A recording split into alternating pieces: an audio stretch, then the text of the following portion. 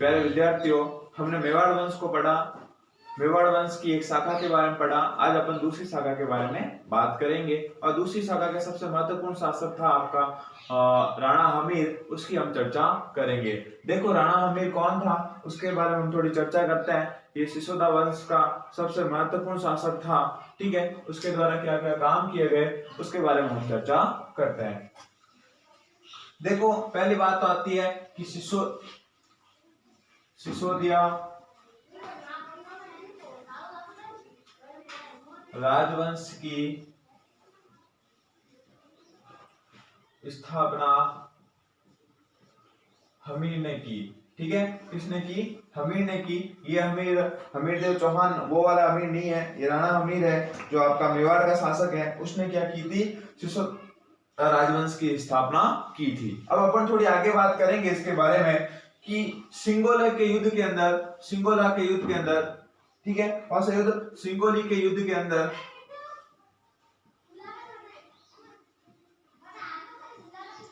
इसने MBT मोहम्मद बिन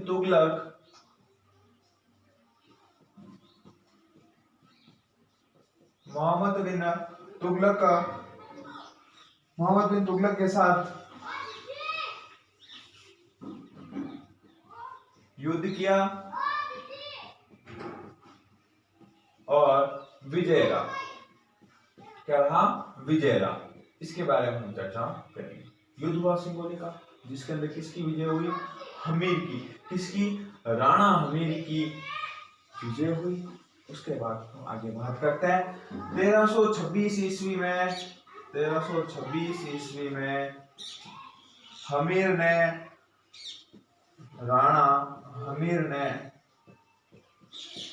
राणा वंश की स्थापना की। कौन से? राणा वंश की स्थापना की, ठीक है। और यहां से जो भी शासक बनेंगे वो अपने नाम के आगे क्या लगाते हैं? राणा लगाते हैं। देखो महाराणा उदय सिंह, राणा सांगा, राणा कुंभा, ये सब इन्होंने अपनी उपाधियां राणा नाम लगाना शुरू कर दिया। तो यहीं से राणा नाम की उपाधि शुरू हुई। अब देखो कि हमीर के लिए क्या क्या शब्द प्रयोग किए गए थे, विद्वानों ने क्या क्या कहा है उसके बारे में हम उसके बारे में चर्चा करेंगे। तो देखो हमीर के लिए एक तो विषम घाटी पंचनामा शब्द का प्रयोग किया गया है, ठीक है। कौन सा शब्द? विषम घाटी पंचनामा। कौन सा? विषम घाटी पंचनामा। कौन से? इससे कीर्ति स्तंभ से इसकी जानकारी मिलती है। किससे मिलती है? कीर्ति स्तंभ से हमें इसकी जानकारी प्राप्त होती है कि कीर्ति स्तंभ के अनुसार हमीर को क्या कहा गया था? विषम घाटी पंचनामा, ठीक है। राणा कुंभा ने इसको वीर राजा कहा है। देखो आगे बात करेंगे, ये आपने उतार लिया होगा मेरे हिसाब से, हम आगे बात करते हैं। तो राणा कुंभा ने इसे,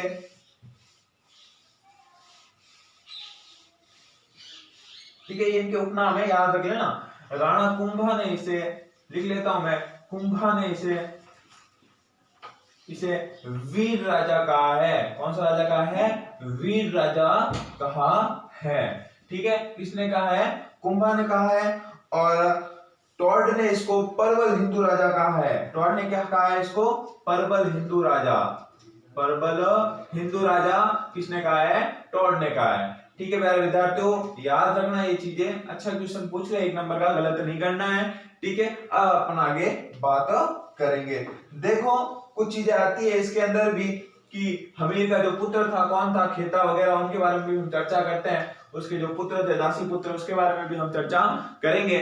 उसके बाद अपन कुंभा के बारे में चर्चा, कुंभा सबसे महत्वपूर्ण शासक है, स्थापत्य का स्वर्ण काल राजस्थान के अंदर ऐसा कहा जाता है कुंभा का समय था, उसकी भी हम चर्चा करेंगे। लेकिन अपन थोड़ी पहले इस तरफ बात कर लेते हैं। अब देखो यहाँ पर प्रबल हिंदू राजा किसको कहा गया है? प्रबल हिंदू कहा है, हिंदू राजा कहा है टॉर्ड ने, किसे? हमीर को। तो अलग अलग राजा थे, इनकी उपाधियां थी, उनके बारे में भी हम चर्चा कर लेते हैं। थोड़ी सी देखो इसको समझने की कोशिश करना आप कि अलग अलग व्यक्ति द्वारा उपाधियां। तो हिंदू बादशाह आपका मालदेव को कहा जाता है। हिंदू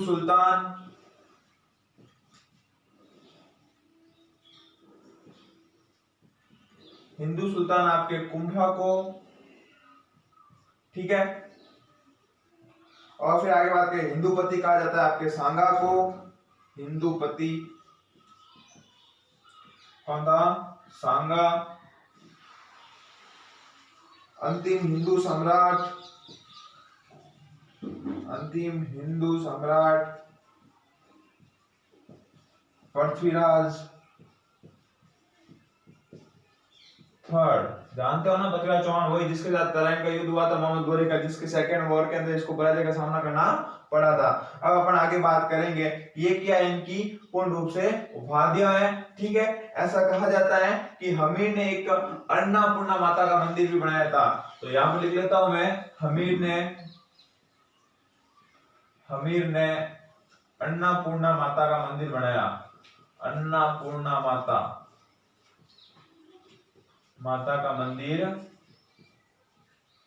बनाया था।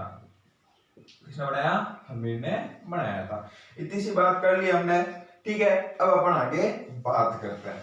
ठीक है, हमीर की अपनी इतनी बात कर ली। अब हमीर का पुत्र कौन था? खेता। और ठीक है, खेता के दासी पुत्र थे चाचा और मेरा, उसके बारे में भी हम चर्चा करते हैं। देखो, इसको मिटा देता हूं मैं, आगे चर्चा करते हैं अपन। देखो, सबसे पहले अपन बात करते हैं हमीर की। हमीर का पुत्र कौन हो गया? खेता का पुत्र हो गया लक्ष्य या लाखा। क्या कह सकते हैं हम इसको? लाखा भी कहा जा सकता है। बहुत किस्मत वाला शासक था। खेता के पुत्र थे चाचा मेरा, दासी पुत्र। ठीक है, क्या होते थे? दासी पुत्र समझते हैं कि राजाओं की दासी होती थी, उनसे उत्पन्न हुए पुत्र को दासी पुत्र कहा जाता था। देखो, अब अपन आगे चर्चा करेंगे। हमीर की अपन ने बात की, अब अपन बात करेंगे लक्ष्य सिंह की, राणा लाखा की अपन बात करेंगे कि राणा लाखा का पूरा नाम क्या था, इस समय मेवाड़ के अंदर कौन कौन सी चीजें प्राप्त हुई थी, उसके बारे में हम चर्चा करेंगे। ठीक है, तो मैं हेडिंग डाल देता हूं राणा लाखा। क्या है? राणा लाखा, या इसको कह सकते हैं अपन लक्ष्य। क्या कह सकते हैं? लक्ष्य। ये बहुत ही किस्मत वाला शासक था। देखो, इसके शासन काल के अंदर आपको एक तो चांदी की खान मिलती है। क्या मिलती है? चांदी की खान मिलती है आपके जावेरी से। ठीक है, कहां से? जावेरी से।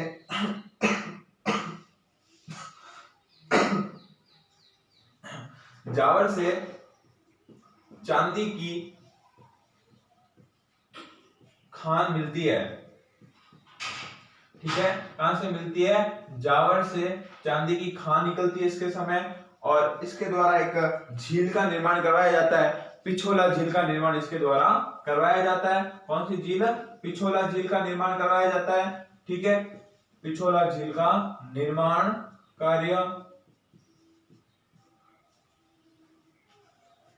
करवाया।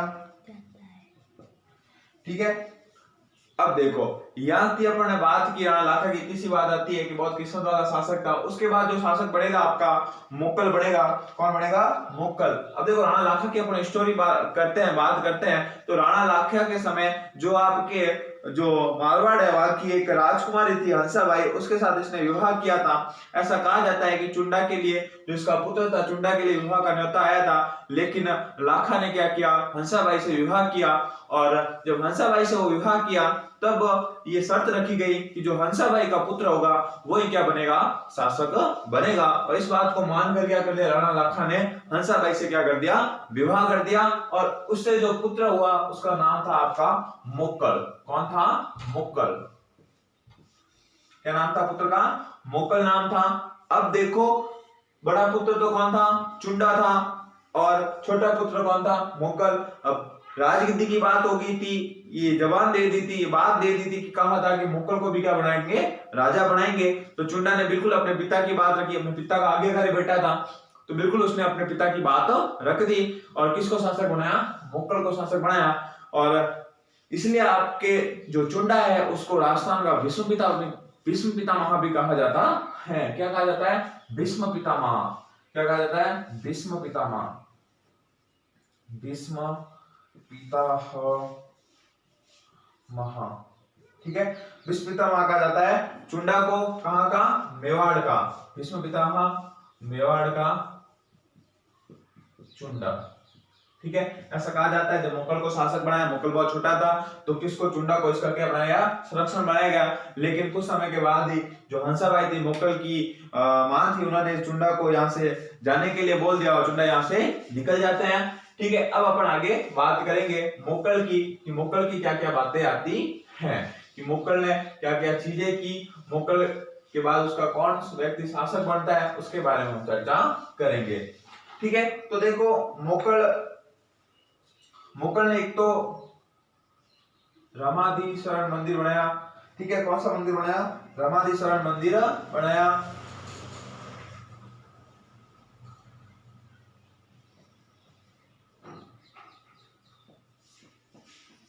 किसने करवाया था, मुगल ने करवाया था, ठीक है। मुगल के बाद आपका कुंभा शासक बनेगा, उसके बारे में हम बात करेंगे, लेकिन अपन ने आज इतनी बात की, उसका मैं एक बार वापस रिपीट कर लेता हूं कि आपको समझ में आ गया। कल अपन एक महान शासक की चर्चा करेंगे, राणा कुंभा के बारे में चर्चा करेंगे कि राणा कुंभा कितना महान शासक था, राजस्थान का स्थापत्य कला का स्वर्णकाल कहा जाता है कुंभा के समय को, उसके बारे में हम चर्चा करेंगे। अब एक बार वापस अपन रिपीट कर लेते हैं, थोड़ा लाखा के बारे में चर्चा कर रहे थे अपन, तो लाखा के बारे में चर्चा की, और उससे पहले अपन ने राणा हमीर की चर्चा की, जिसने आपके राणा वंश की या सिसोदा वंश की क्या की थी, स्थापना की थी लगभग 1326 ईस्वी के अंदर। देखो हमीर ने आपके मोहम्मद बिन तुगलक के साथ युद्ध लड़ा, जिसके अंदर वो विजय रहा, ठीक है। 1326 ईस्वी के अंदर किसकी स्थापना कर दी, राणा वंश की स्थापना कर दी। उसको विषम गांडी पंचनामा भी कहा जाता था। कहां पर इसकी जानकारी मिलती है, तो कीर्ति स्तंभ में हमें इसकी जानकारी प्राप्त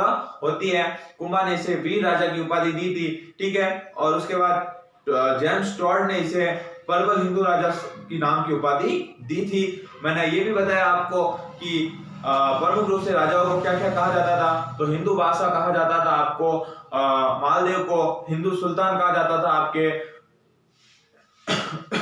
कुंभा को, और हिंदू पति कहा जाता था आपके सांगा को, और अंतिम हिंदू बादशाह था जिसका नाम क्या था, पृथ्वीराज तृतीय।